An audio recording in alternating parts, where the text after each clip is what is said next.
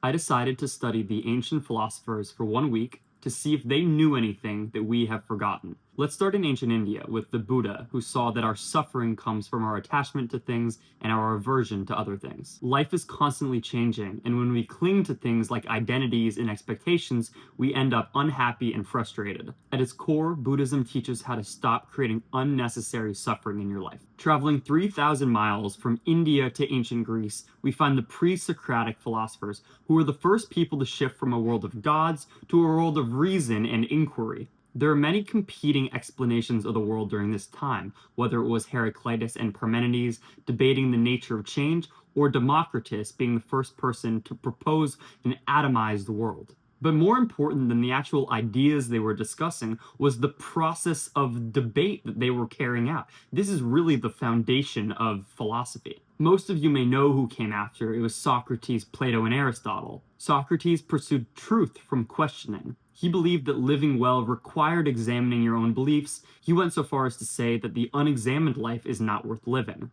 Plato's philosophy centers on the world of forms. The true nature of a perfect circle, for instance, can only be found through contemplation rather than through sensory perception. This forms the foundation of his book, The Republic, which states that philosopher kings should rule because they are disciplined enough to see beyond the common illusion. Lastly, in this intellectual menage a trois, we have Aristotle's philosophy, which centers on the idea that everything in nature has a state that it is in and a state that it is moving towards. This sees nature as knowable, orderly, and purposeful. Because everything has a purpose, Aristotle believed that humans do too. Our highest function is rational activity, and living well means fulfilling this activity. This becomes the foundation for virtue ethics. Before we finish, there are two more ideas that I think we really need to touch on because they're just exceptional. We have that of Epicurus, who has the best philosophy, for me at least, because it's so simple. Epicurus believed that the purpose of life was simple. He called it ataraxia, a state of deep, unshakable harmony.